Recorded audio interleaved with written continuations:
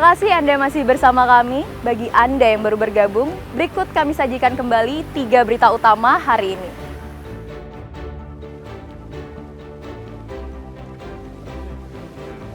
Badan Narkotika Nasional Provinsi atau BNNP Bali meringkus 5 warga negara asing yang terjerat kasus narkoba.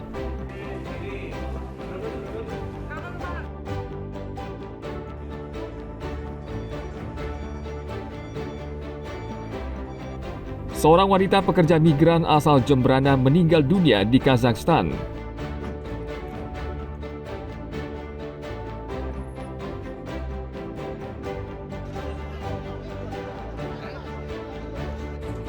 Warga Kampung Angan 3 Desa Petang, Badung mempertahankan tradisi ngejot saat Hari Raya Idul Adha.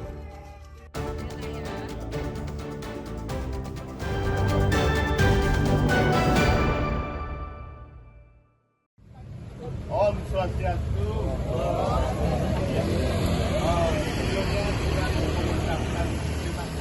Sebagian warga Gianyar akhir pekan lalu menyingsingkan baju mereka dengan bekerja bakti memungut sampah yang mengotori desa mereka masing-masing. Sebelum kegiatan berlangsung, warga melaksanakan apel yang dikoordinir kepala desa mereka. Di desa Batu Bulan Kangin, warga setempat bergotong royong memungut sampah plastik dengan mendatangi tempat umum dan tempat ibadah. Kegiatan bersih-bersih ini juga melibatkan siswa sekolah dasar hingga siswa SMK di Batu Bulan Kangin. Warga mengumpulkan satu persatu sampah plastik seperti bungkusan makanan atau botol dan gelas air mineral. Sampah ini kemudian mereka kumpulkan menjadi satu, lalu mengirimnya ke TPH Temesi. Kegiatan ini untuk memperingati Hari Lingkungan Hidup Sedunia yang jatuh pada tanggal 5 Juni lalu. Kegiatan ini diharapkan bisa menumbuhkan kesadaran masyarakat agar tidak membuang sampah sembarangan. Sesuai dengan edaran Bapak Bupati Gianyar, untuk hari ini kita secara bersama-sama di Kabupaten Gianyar melakukan pemungutan sampah plastik. Dari hasil tadi, satu berupa kemasan, kemudian plastik, botol, pipet juga banyak sekali, dan sedikit residu, nggak apa-apa. Itu kita kumpulkan sudah tadi dan kita kirim ke TPA Temesi.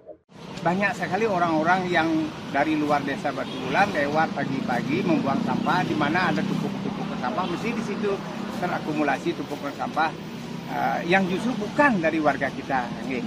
Nah, kemudian yang kedua, dari demografinya, penduduk kita banyak banget menjadi sasaran pemukiman, dan mereka tinggal di rumah-rumah yang hanya 1 are, 1,5 are, kan seperti itu. Sampah itu yang curigai gitu. Bukan hanya curiga tanpa pernah survei, dari apa yang kita cari turun, mereka mesti akan membuang sampah di muka rumahnya atau di tempat-tempat di mana tumpukan sampah tersebut. Kegiatan bersih-bersih dalam rangka peringatan Hari Lingkungan Hidup Sedunia juga berlangsung di seluruh desa dan kelurahan yang melibatkan komponen pemerintah desa beserta warga adat. Tim Liputan melaporkan dari Gianyar.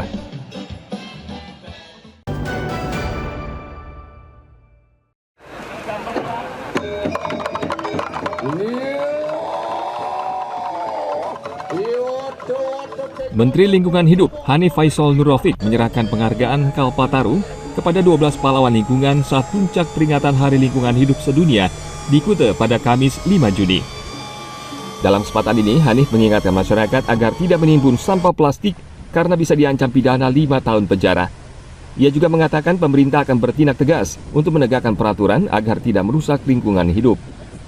Selain itu, Kementerian Lingkungan Hidup selama ini juga mendukung upaya masyarakat yang berjuang melestarikan lingkungan hidup.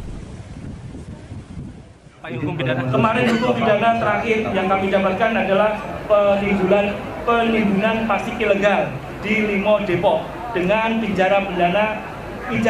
dengan ketetapan penjara pidana 5 tahun dan denda 3 miliar.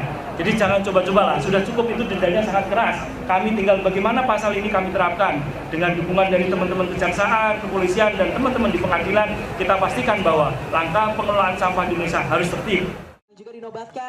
Salah satu peraih Kalpataru, Iwayan Budiarta, Desa Adat Penglipuran Bangli mendukung langkah tegas pemerintah untuk melestarikan lingkungan hidup. Bukan hanya saja warga Bali yang bangga ya, tapi seluruh kami sebagai masyarakat desa adat Penglipuran, kami memiliki aturan adat yang memang kami sudah jalankan secara turun-temurun.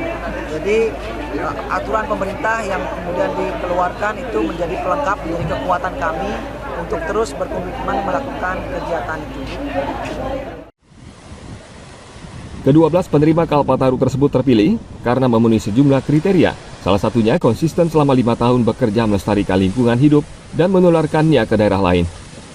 Para pahlawan lingkungan tersebut berasal dari Jawa Tengah, Riau, Nusa Tenggara Barat, Sulawesi Tengah, dan beberapa daerah lainnya. Tim Liputan melaporkan dari Badung.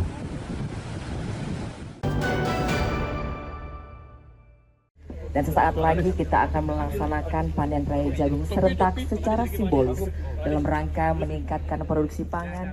Kepolisian daerah Bali bersama kelompok tani dan pemangku kepentingan menggelar panen raya jagung serentak di sejumlah wilayah di Bali pada akhir pekan lalu. Namun secara simbolis Kapolda Bali memanen hasil jagung di Subak Desa Beng, Gianyar. Kapolda juga didampingi sejumlah perwira tinggi Polri dan Wakil Bupati Gianyar, An Agung Mayun. Di lahan seluas 0,21 hektar di Subak Desa Beng diperoleh jagung sebanyak 4 ton. Hasilnya cukup menggambarkan karena sesuai dengan perkiraan.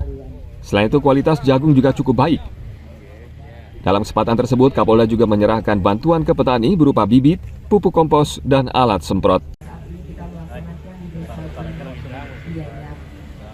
Ya, jadi hari ini kita sedang melaksanakan panen raya terkait dengan ketahanan pangan jagung yang dilaksanakan oleh Polri, termasuk diantaranya di Polda Bali. Semuanya sama, tapi kan waktunya kadang-kadang berbeda. Ya, ada yang mungkin sudah panen sekian, kedua, ketiga, tapi tiap kuartal evaluasi dan dilihat. Panen raya jagung ini merupakan yang ketiga kali di lahan milik Polri seluas 5 hektar yang tersebar di sejumlah wilayah. Hasil keseluruhan mencapai 44 ton jagung. Pertama, kedua, kemudian nanti akan ada lagi, nanti di akhir Juni rencananya. Nah, untuk yang sekarang ini dengan total luasan lahan yang ditanam itu 5,77 hektar, panennya 44,10 ton. Untuk hari ini, ya. Nanti ke depannya periode mulai 6 Juni sampai 30 Juni nanti direncanakan akan ada panen lagi. Ya, estimasi kira-kira 48,13 ton. Ini tetap berkelanjutan seperti yang Pak Kapolda lakukan. Selain Gianyar, panen raya jagung juga dilakukan di wilayah Karangasem, Bangli, Buleleng, Jembrana, Tabanan, Klungkung, dan Denpasar dengan melibatkan 200 lebih petani. Hasil panen jagung ini diserahkan kepada masyarakat setempat. Tim Liputan melaporkan dari Gianyar.